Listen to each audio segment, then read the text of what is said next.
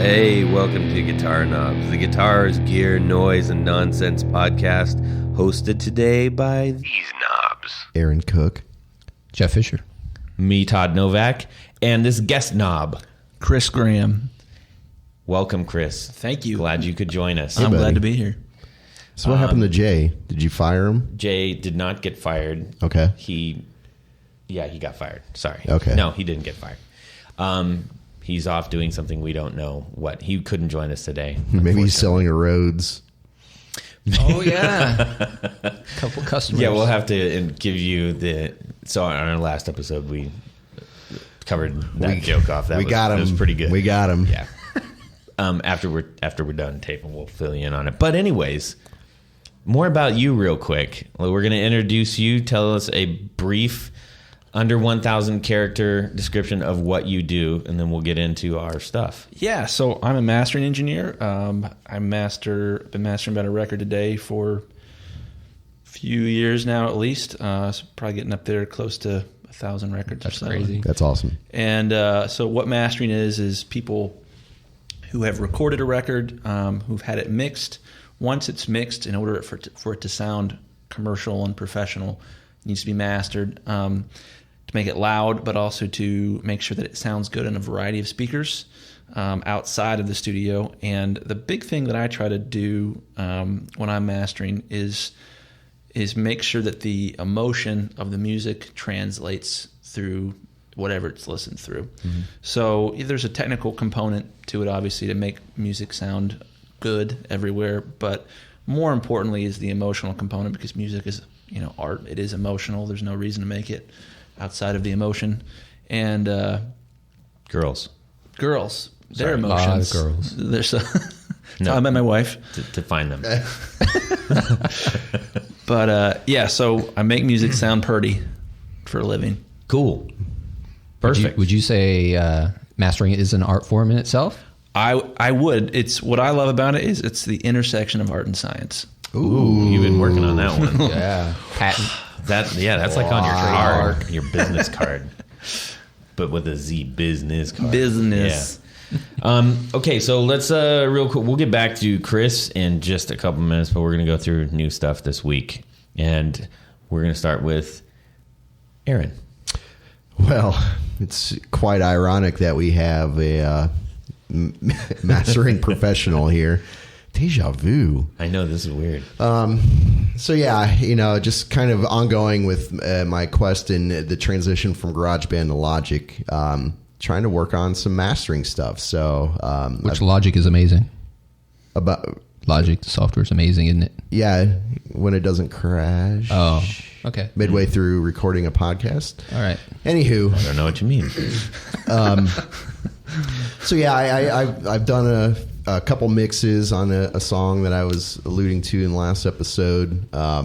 So I kind of moved on into the mastering process, and really I'm kind of interested in some limiters, because I was squashing snares out of my mix, so that thump, that pulse that needed to be there, gone.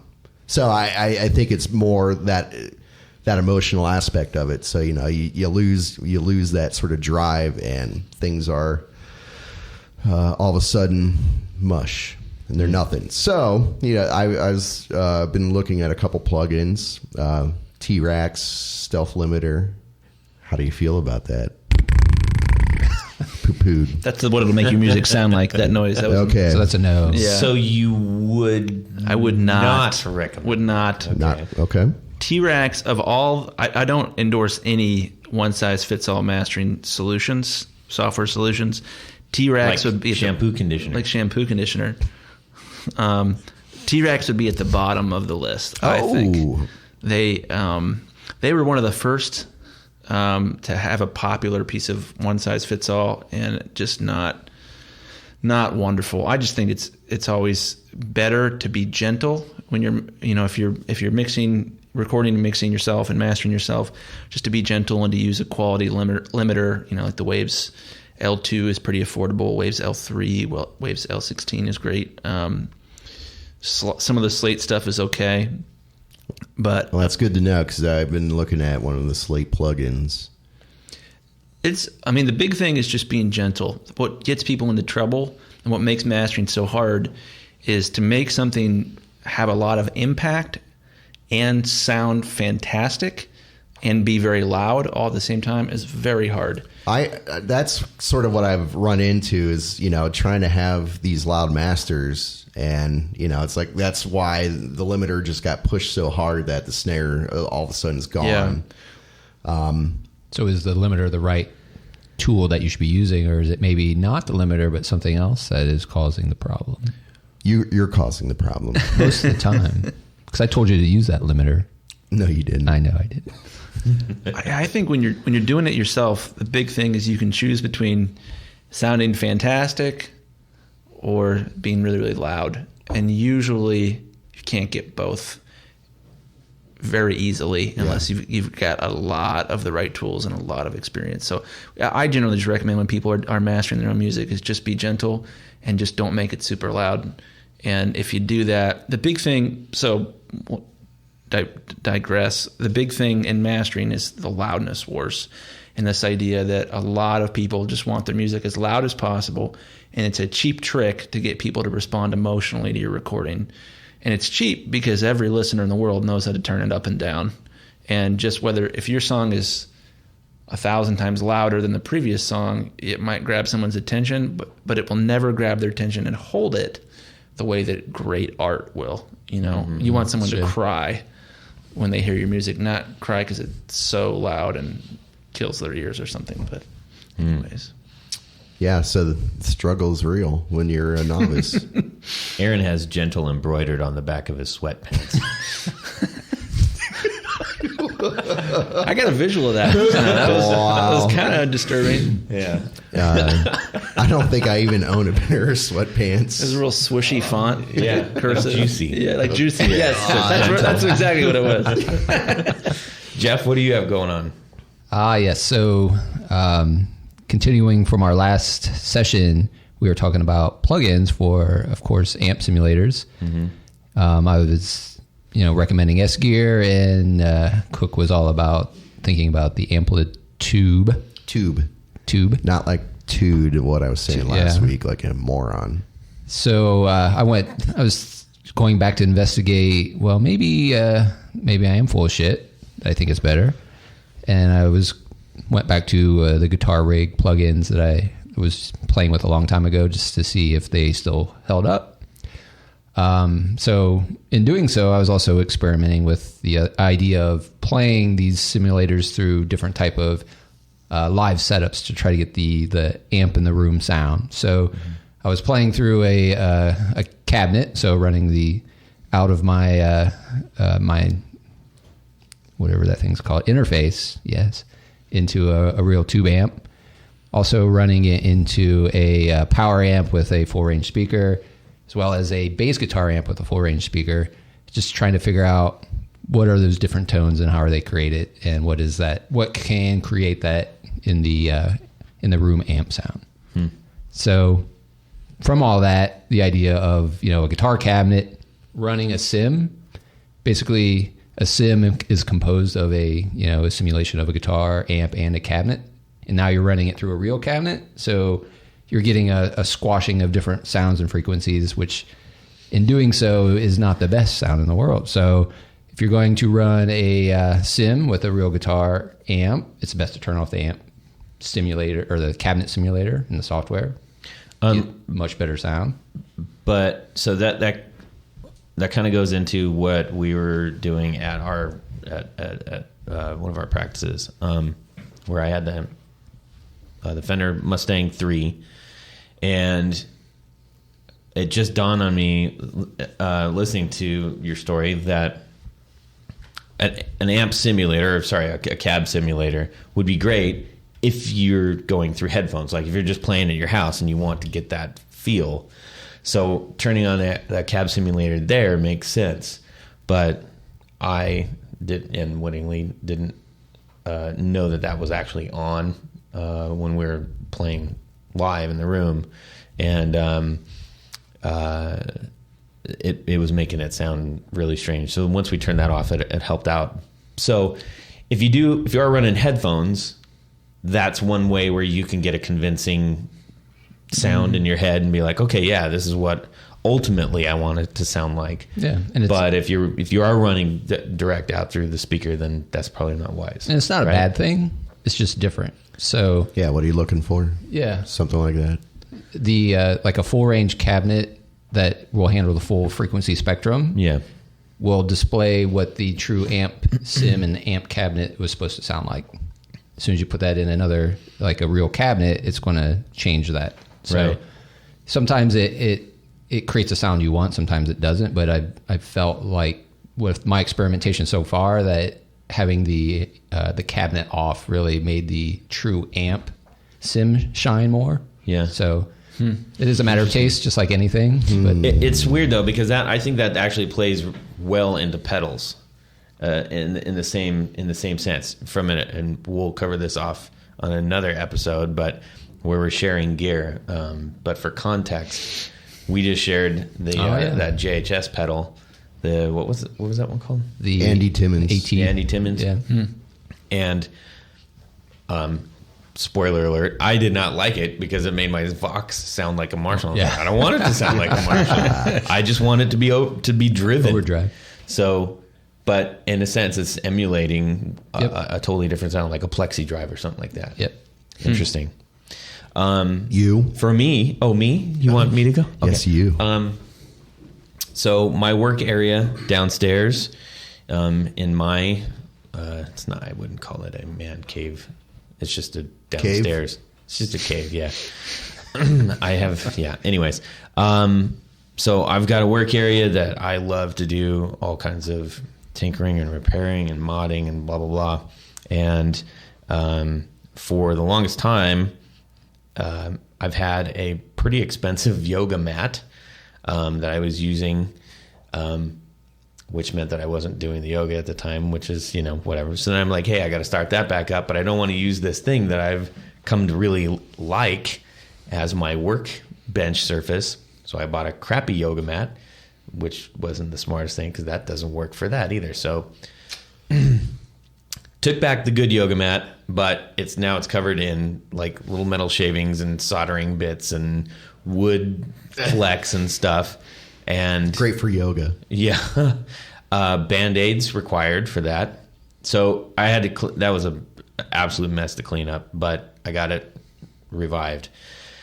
So then I had to find another surface, looking all over for, I was at Lowe's looking all over for, some sort of, like there's like a carpet pad, or I was thinking like the kind of carpet you put in like a 3-season porch. And if you're on a West Coast, that's what people in the Midwest have. Yeah, I was going to say, what the hell is that?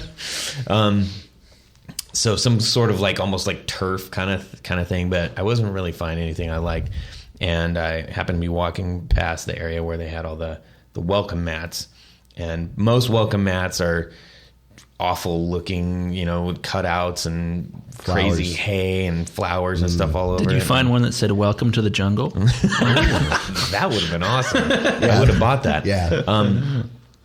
What I did find was one that had that sort of composite rubber on the back side of it, and it was pretty thick. But on the top side, it had the same stuff. It just was in a pattern, so it wasn't going to slide around. Because if I took a regular welcome mat and just turned it upside down, it's going to move because it's a silk screen fabric on the front or something like that. So this was the same material on the front and on the back. Perfect. And it was a perfect size. So I flipped it over, trimmed it up, and that thing is beautiful now. Perfect working surface. And it was $9 as opposed to my $70 yoga mat. Speaking of, how's your yoga now? Oh, it's awesome, dude. I chaturanga all day long, dude. Anyways, that sounded awful. Yeah. But, okay, so, Chris, new for you. Yeah. So when I went to OU, and there's a place down there called Stuart McDonald. It's like a luthier supply company. And when I was going to get engaged with my wife, I took my father's mother's guitar and restored Long it. heritage. Wait a minute. Let's father's Father's Mother's guitar. So it's probably So your 1900. great-great-grandma. Great-great-grandma's guitar. And The balds think alike. great-great-grandma? Yeah. Is that right? Sure. Fathers. Today. Fathers. I think it's just great-grandmother. Is it great-grandmother? I think it's great. Yeah, it's great. All Great-grandmother. right. Great-grandmother. Because my great-great-grandfather, her dad fought in the Civil War for the North. So that's cool.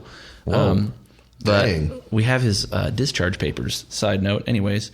But I restored this guitar for my wife, and we kind of hang it in our bedroom. And we have a 4-month-old daughter, and she will not go to sleep unless I play for her, and I have to mean it. If I don't mean it when I'm playing it, she knows, and she won't go to sleep. But if I start to mean it, she will immediately fall asleep. And today, all I could think of was Free Fallin'. Tom Petty. I was like, all right, so I started Love Tom Petty. Listening to Tom Petty radio on the way in. He's so good. Sirius First XM concert, plug. Players Amphitheater when I was 13 up there. Oh, nice. But so yeah, that's Another what's, topic Yeah. put on the list. Yeah. But that's what's new in my life is that my guitar skills they helped me get a hot wife, and now they help me put my adorable baby to sleep. And I don't know how I would put her down without the guitar. So Wow. I'm gonna have to try that. it's awesome. It's my favorite time to play guitar. My That's kids, cool. My kids hate to sleep. I do the same thing.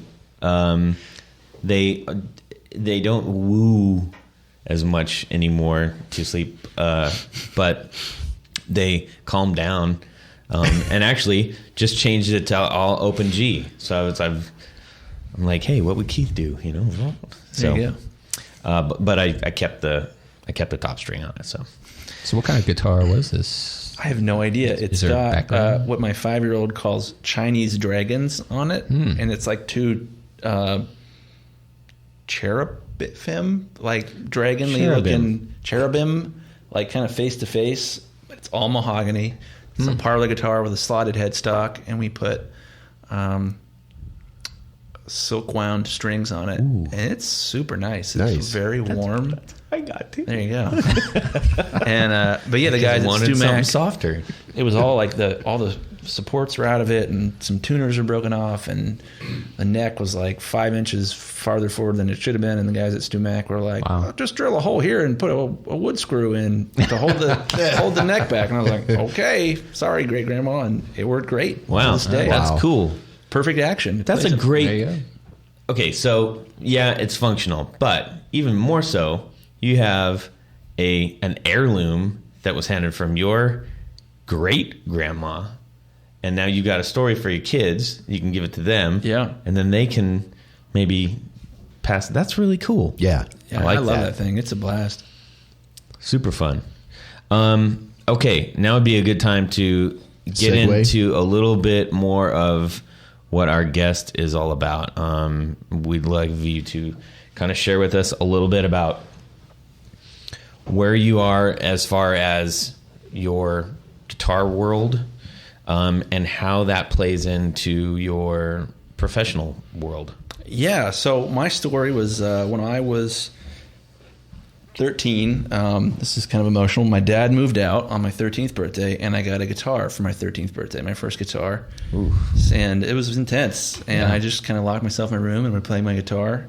That sounds And, like a badly drawn boy album or something. Yeah, it was like it was intense. Me and my dad are on great terms now, and I can play the guitar pretty decently now, so it worked out great. But Man, I want to write a song about that. please do. There's a song there. There Please do. Man. Sorry. It could be country, but Would have to be. Oh, yeah. anyways, so I started playing guitar when I was 13, and lots of fun. I eventually started with electric, and eventually got into acoustic. And I basically didn't play for anybody until I was maybe 17 or 18.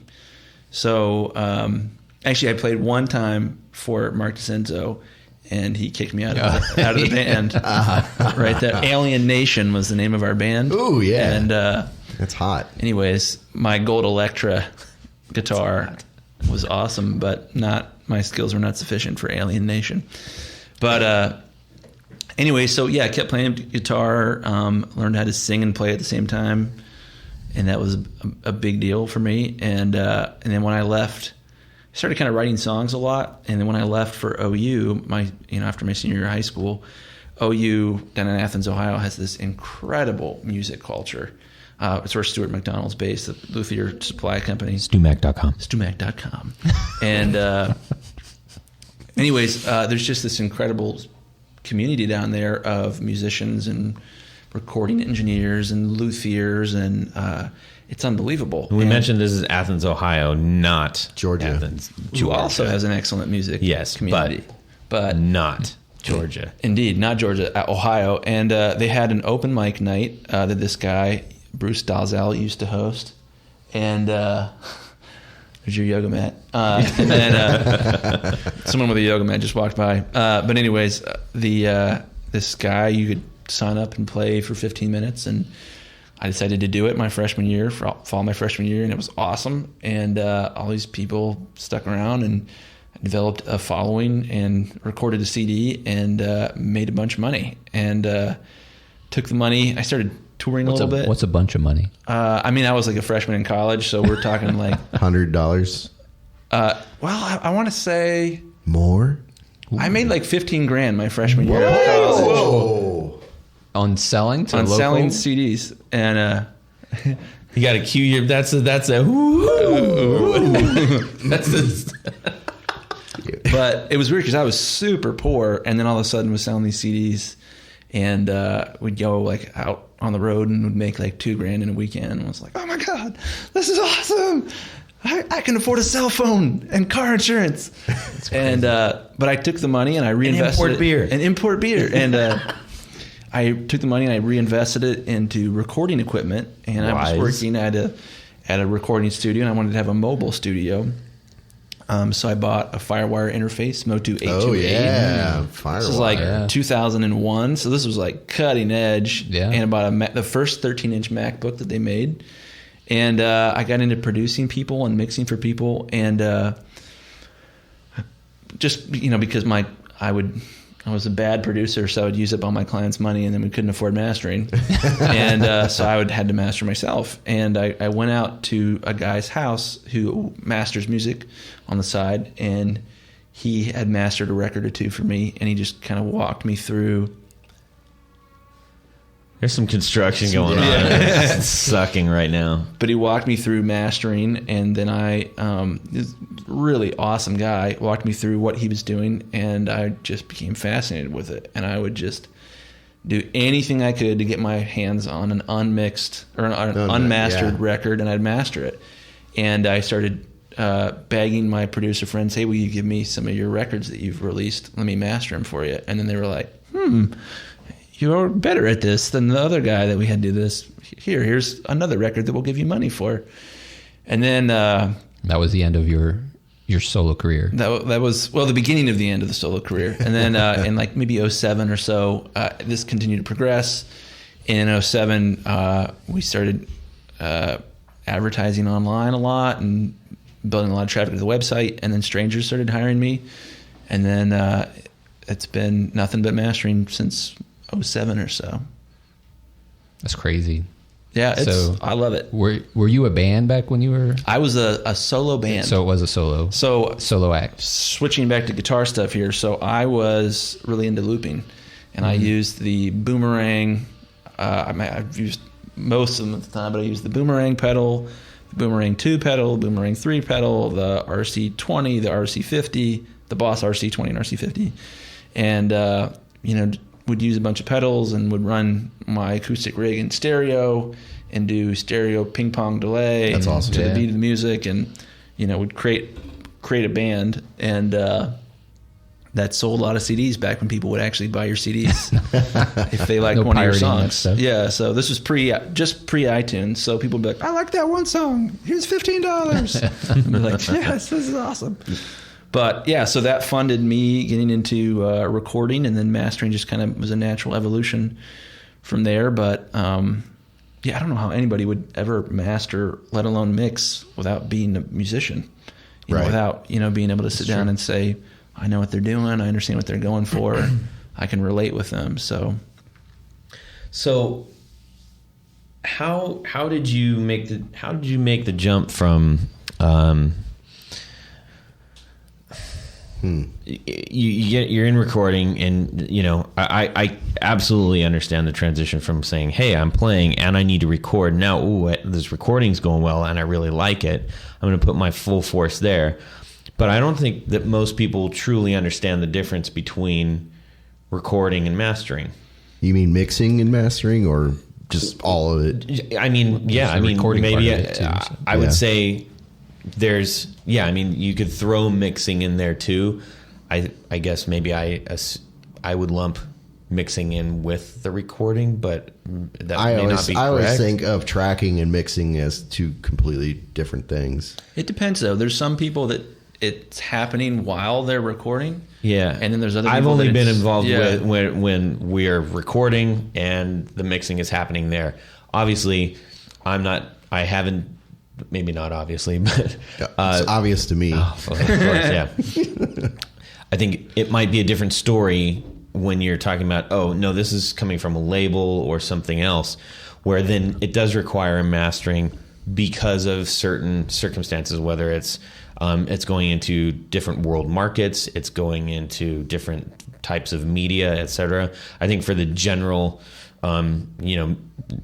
amateur musician who maybe is doing a recording, the idea of, and there's another step called mastering, isn't really in that world. Totally. Well, and here's what that comes down to, is there is a pervasive lie in the home recording world, and it is, I want to make professional quality material. So I want my recordings to sound as good as, this guy who mixes records for a living. The difference is that people who mix records for a living virtually never master their own records. They almost 100% of the time send them out of house. And I can't back this up with stats or anything, but I don't think there's been more than a few hits on Billboard in like the past 30 years that weren't mastered outside of the mixing facility by a specific mastering engineer. And why is that? Well, mastering is difficult. It's a very difficult skill to master, and it also requires a lot different tools than mixing. Certain tools that might be really handy in mixing, like an 1176 compressor, Universal Audio is real popular, cannot under any circumstances be used in mastering. At least I have never been able to make it sound good.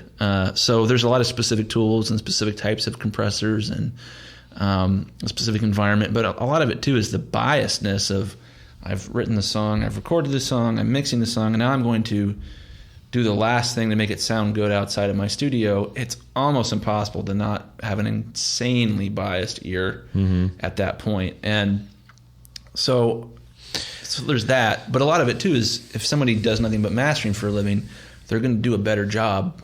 Yeah. Then it's going to make the music sound much better. Yeah, there's the art part. Yeah. You can't be an artist at everything, right? Yeah. So you got to kind of pick your battles. Like, it's interesting how people transition, say, from a musician to these other worlds of recording and mastering. And right. They find their place in there. They find the art piece that they can own in that world, which is that's a great point, because you don't really set out to do some of those specific things. I feel like we're going to need to do a full-on secondary to this and explore this a lot more. I want to bring it real quick back to, as someone who, so you started out as a musician, then you understood the needs of recording, pushed out to, okay, there's a whole other thing which is going to really ice the cake. How does that apply now to your actual guitar playing and the types of gear that you use? That's a good question. The strange thing that I've noticed for me is that because I'm listening to so many different musicians so critically as I'm mastering, that my ear, obviously has improved a lot since I began mastering records for a living. And I definitely noticed that when I'm playing, I'm more sensitive to, I could have bit into that with the pick a little bit more, or I could have, pulled off with my ring finger a little differently. Just I'm more sensitive to the nuance, I feel like, than I was. Yeah. Does that before. start to inhibit you? or is it? Well, yes and no. So Because it's got to be perfect now, right? it's got to be perfect now. And the curse of being of mastering music for a living is that, we were talking about this earlier, like something like Spotify, it's difficult for me to listen to because it's compressed audio. It's not full quality. And as a mastering engineer, my job is to hear what's wrong with it. Right. And so it's tough when I'm playing guitar. Let me ask you this, because there's one, you bringing up Spotify, I find it interesting. I bought a Megadeth record a couple weeks ago, and I noticed love The new Megadeth. one. Yeah, It's way way good. Yeah. That's I mean, the one before that was amazing too. Super Collider is fantastic. I love that. So, but I noticed in the iTunes store that it said it mastered specifically for iTunes, and I'm like, why? I kind of understand it now, that because they're compressing it into the M4AA, that they probably took into consideration that. Well, there's that. A mastered for iTunes also. I'll try to be really quick with this because it's very boring and technical. But when you convert a full quality audio file to a compressed audio file, you can get something called intersample clipping. Intersample clipping sounds very ugly. Some people don't think it exists, but it does. I promise you. And if you hear a song with intersample clipping and without it, there's a big difference. Mastered for iTunes, first of all, it means it's been mastered in a way that will minimize intersample clipping when it's converted to MP4. But it also means that it's probably in 24-bit as opposed to 16-bit, and probably at a higher sample rate. Gotcha. CD's 44.1K. It might be as high as 96K. That being said, mastered for iTunes does not mean mastered for iTunes. It means slightly less lossy in the compression than normal iTunes, but certainly not full resolution. So maybe that approach to mastering for iTunes might not make something like a streaming service like Spotify any better, or could it? It can. The issue here is that Spotify is lossy, Apple Music is lossy, Tidal is not lossy. Right. Tidal is freaking awesome, and it's not. You can still have intersample clipping, nerdy stuff, whatever, but compressing in a way that Apple recommends to avoid the intersample clipping is good no matter what, because it's going to be converted no matter what. No one's mastering a CD and then the masses are not buying the CD and then listening to it in a non-lossy format. So without going into like the big argument about can people actually hear the lossiness, right, or the compression, I can hear it definitely in certain situations, other situations not so much. And I know that pristine ears and people that do it for a living can hear it and they can pick it out, pretty instantaneously. What do you listen for specifically to capture what is missing? And I know this is part of the training, right? Part of the ear training, and when you sit and listen with someone that is actually can hear it and they can point out, oh, did you hear that? Listen for this spectrum of the music, listen for this frequency area, listen to the top end of the cymbal. Like, what is it that you listen for a compressed sound? Well, I'm on really bad compressed sound. You nailed it. It's the cymbal. On a nice uncompressed audio, it's tss, but on a really bad MP3, it's tss. Yeah, very. It's not sizzly enough. It's not. There's a weird aliasing. Is the term, and like a fragmenting, like almost like a big crushing. Big crushing. Yeah. Big crushing. Yeah. The big thing with full resolution audio is particularly is reverb. Reverb sounds like crap in an MP3 and an MP4. And people might say, well, I can't hear if it's an MP4 or not. If you A/B it for them on a decent set of speakers, not many people aren't going to be able to tell the difference. And that is something that is really interesting think about where we are in modern pop alt music. It's like, if you don't have like 3 or 4 reverb pedals, you're not playing cool music right now. It's like you're doing everything it wrong. is so reverbed out. I mean, reverbs are probably the hottest selling pedals. I would venture think. to guess, right? And Well, maybe distortion. I don't know. Or overdrive. All of the all the blogs, all the YouTube, podcasts, and everything. It's like there's a new, bigger, badder everything reverb pedal constantly, and they're really fun to play with. But that's a really interesting point that these, if you are in a band, and this is kind of what we're gonna touch on a little bit. I think maybe we get into this on the second part of this, but the idea that you might have this and you might have it captured live, and then if you do that and record it down to an MP3, what are you really like the mitigation between this is how I want to sound live versus this is what it's really going to end up with, and how do you and how you mitigate that? And back to that comment I made about there's this pervasive lie in home recording, and I think basically all guitarists have on some level a home studio, and right. it's part of the guitar experience at this point. Right. I don't know anyone that plays guitar that doesn't have some sort of. Got to have it. You got to have it set up. They have it, or their buddy has it, or a guy in their band has it.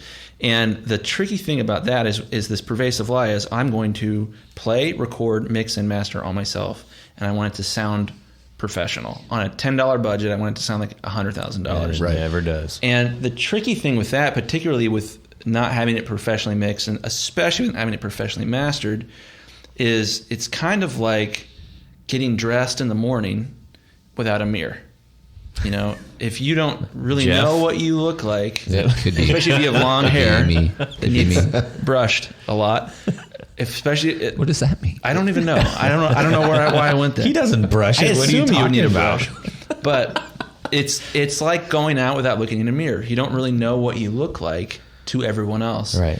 What makes mastering so essential, and the reason that every professional mix engineer in the world that's worth his salt has his music mastered somewhere else by somebody who only does mastering, not somebody who's wears all the hats, is because that person can make you look better. It's like having someone do your makeup or choose your wardrobe before you go out, and you can be sure and rest easily at night that, oh my God, this is going to sound good. And that's the most stressful part of recording is, all right, I'm done. I'm going to put it on Bandcamp.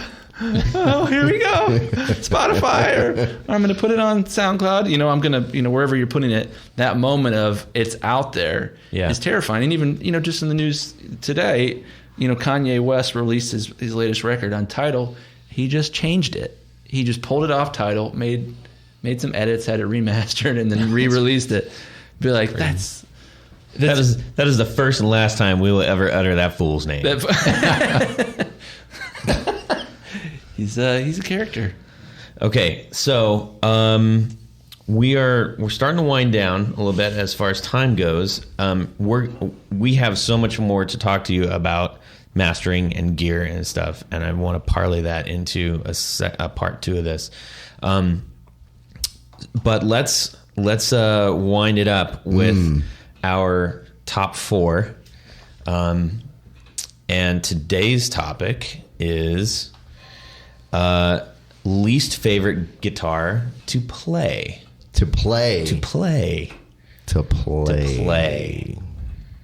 Aaron. I'm not ready. No, what? Okay, I will start it off then. I'm going to start this off. My least favorite guitar to play, and I've had so many conversations about this. I can't stand playing Stratocasters. I absolutely hate playing Stratocasters. Don't tell Mark DeCenzo. I think he told him already. Yeah, I did. I mean, I've played multi-$1,000 Strats. I've played $100 Strats.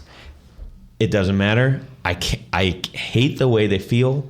I can't stand where the controls are. I don't like how the controls control things.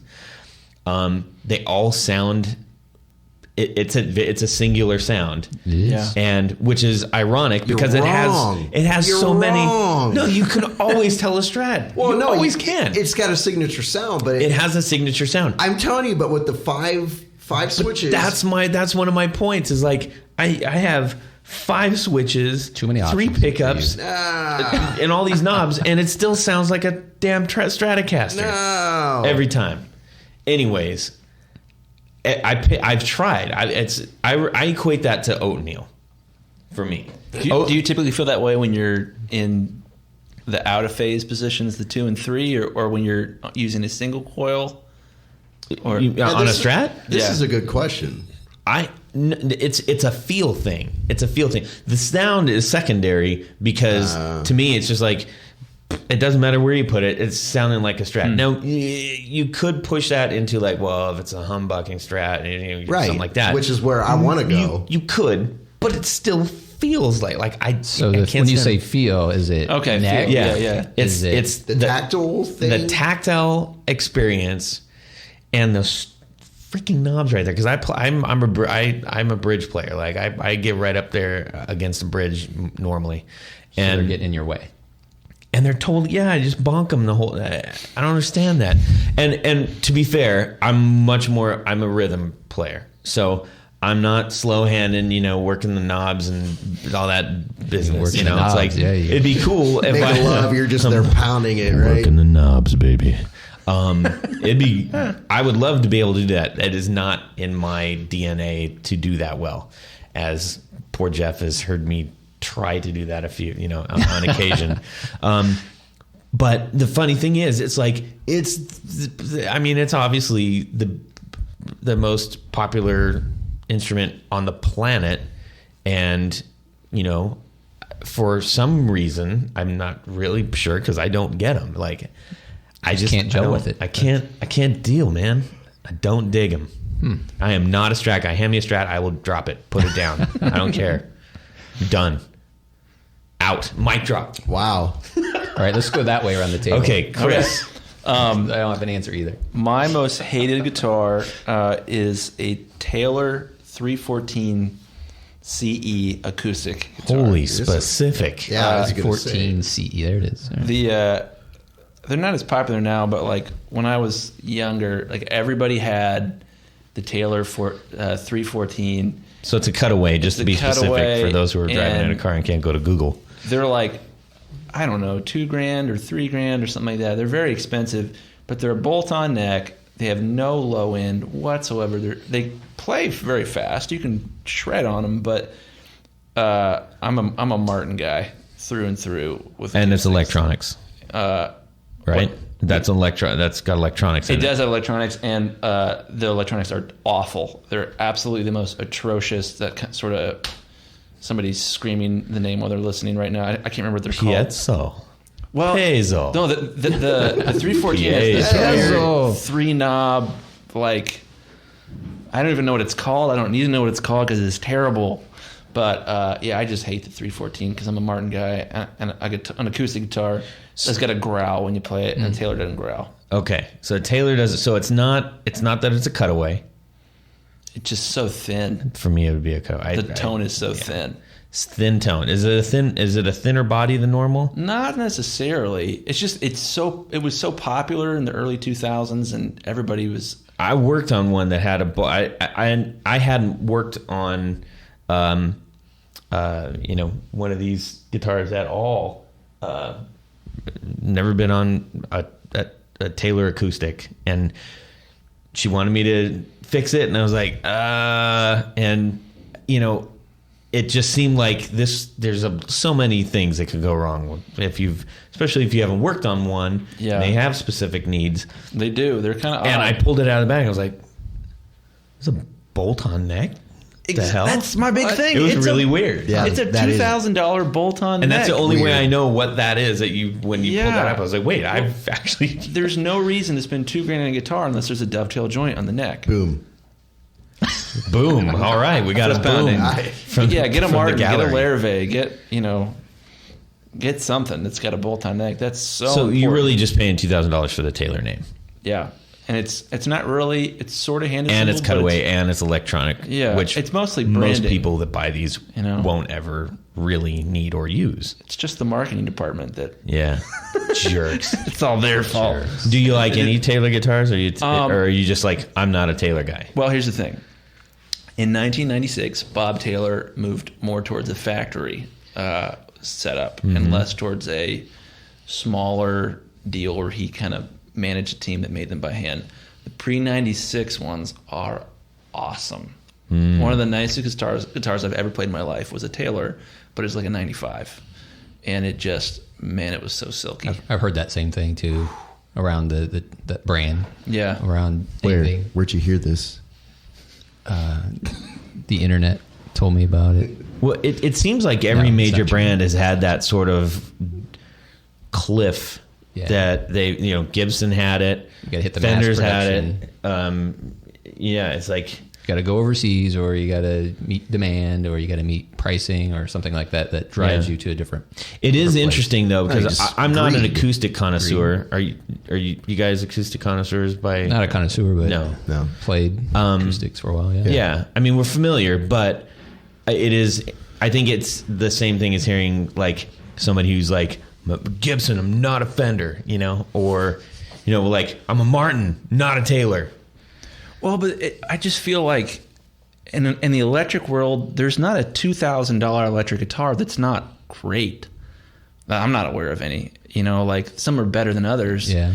But a $2,000 Taylor versus a $2,000 Larrivee or $2,000 Martin, there's no comparison. If you play them next to each other, one has a full range of sound and the other is very thin but plays really fast. What do you think that's due to? Great marketing. No. I mean, I mean, why? Where do you think the sound difference is coming from? Is it the neck? I mean, some of it's got to be Cheap the wood neck, or but different kind of wood? I've been to the Martin factory, and they're literally carving the braces and tapping them, and they're doing it by ear. They're building the guitar by ear. I don't Carving it, tapping it, gluing it down. Oh no! Oh yeah. I don't think they do that at Taylor. I don't know. I would. Is it a amplified thing? Like that? Well, These are. That's I don't the know thing if this too. one Is but the expression system is the 3-knob dealie that comes in the 314, and it just, if you're playing fingerstyle, it's okay. it's like they're trying to make it more playable. So you said faster, right? Yeah. So maybe since it's electrified now, they're trying to make it play faster or easier to play. In I don't some know. reason. That's why they. I mean, if you're like. That's why they sound thinner too, potentially, right? Yeah, exactly. Yeah, the action's set very, very low, and there's just not a whole lot of. I don't know. I mean, You can't get on it. I drank the Kool-Aid. You don't with want the to talk Martins, about it So, anymore. yeah, I just. All right, that's totally fair. Okay, I got one. Jeff, hit me. Oh, So, since I was on this bass kick for a little while, since the bass is a new instrument for me, I bought a Squier Jazz bass to start out, and it was a sweet guitar. I like it, but I've been looking to upgrade. I want something different. I'm looking to maybe go up another level. So I've been trying everything. I've been playing a lot of different basses. you have. I have. Have you been covering your basses? Ooh, nicely done. Thank you. I like that. I might have to start covering my bases. But the one that I cannot get my hand around physically, and I don't like, is a P bass, Fender P bass. And mostly I think it is because it's a big piece of wood in my hand and I can't get my fingers to curl around. There's so many opportunities to Right. go places right Way. now that we won't. Yes. Wait, okay, so I think probably all three of us are looking at like, wait, what? And I don't like the sound of it. because it's essentially, for all intent and purpose, it's the same exact guitar, just a different It's pickup not the setup. same exact guitar. It's completely different. From a body standpoint and a neck standpoint, From a jazz? a jazz bass No, and a they're P they're bass. different. They're Yeah, different. way different. They're different. I know they're different, but I mean, there's not like, it's not way different. Yeah, there's substantial difference between them. Tell me what Between they are. The thickness of the nut, the thinness of the neck itself, the actual. But that can go into weight that of fluctuates in years and stuff as I think well. there's So a, like, a center of gravity disparity as well. okay, Yeah, the way it feels on is different. Yeah. The head feels heavier. Yeah. Yep. Yeah. Yeah, the head just definitely feels heavier. Makes you lean forward to the left if you're right-handed. So yeah, okay. So it's just a thinner, lighter body. Is that it is a thinner, lighter because it's body. virtually the same shape too? So similar shaped. Yeah, that's what I'm saying. I mean, if you sorry, I just bonked the mic. If you covered it in something, honey. if you, I mean, silhouette wise, they're almost identical. Sure. If you just did that, right? That's what I'm saying. Like it's a weird thing to say. I hate playing this one that looks, and you know, if you're just looking at it on the wall in silhouette, it's almost the same exact thing. But when you're getting into, you know, if the headstock is heavier, or A lot of it's the neck. It's just a chunky. It's a chunky neck. It's a tree very trunk. chunky. but can't you get slimmer P-bass necks? I mean, yeah, I think just like you on can't a get a regular Gibson. You can Yeah. interchange them, Yeah, but C and D traditionally and- it's not. They're not set up like that, right? It's the P-bass neck. And there's different eras Okay. of that neck. Yeah. But that's why they moved to the jazz bass, right? Because it was they needed something that sounded different, and it was Yeah. more technically more, you could call it playable. So they went to something that was thinner, and Well, it makes sense because the initial P bass, you know, that was the first popular electric bass, and at that point, everyone played upright bass. Yeah. You know, a baseball bat thickness of neck. True. You know, so Interesting. Wish we had. This is where Jay could have come in handy, and he can weigh in on the he loves a P-bass on in his it hand. later. Well, Yeah. I also want to say that that's probably going to be the next instrument that I buy is a P-bass. P-bass. Yeah, I'm right there with you, man. I have a P-bass style, an old PV, which I totally dig. But That feels totally different than a P-bass. oh yeah, I know. But I'm just saying when you're referring to P-bass, I mean, for all intent and purpose, you're referring to a general body style and the pickup arrangement. I mean, that's essentially, it's a precision bass. That's what that actually is. So it's when you're getting into the jazz bass, I realize obviously your controls are slightly different. Obviously, you have a different pickup scenario, but and they took a P bass and essentially switched up the pickups, put a different pickup arrangement in, and obviously later on you get different neck configurations and stuff like that. But that's interesting. Okay, good. Glad you enjoyed it. Yeah. Aaron, what do you got? I'm also going to go into the world of acoustic guitars, and anything made by Ovation. Yeah. Absolutely hate. Yeah. And I've owned one, but I was green. Naturally, you I had was the, green you had the behind the plastic ears at the greenback, time. the plastic round back, right? Hang on, little girl. Show Did me you have what the stand that it means sits to on you. too, so you can play? Love that song. Dude, I remember seeing Alex Lifeson do that on stage. The first concert I went to was Primus and Rush. And Yeah. Alex Lifeson had that, like, Oh, his yeah, acoustic that's right, guitar yeah. on a stand. Yeah. Well, they all did at that time. That was cool. That was the thing. That was cool. But no, my Ovation was not like that.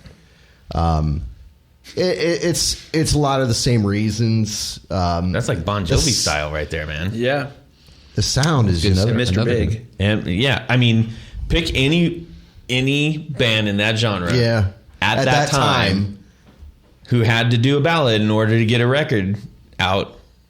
That was like a given. You had the Ovation on the stand. Oh, they're awful. Every rose has a thorn. Is that an Ovation? No. That's a good question. I don't believe it is. That is a.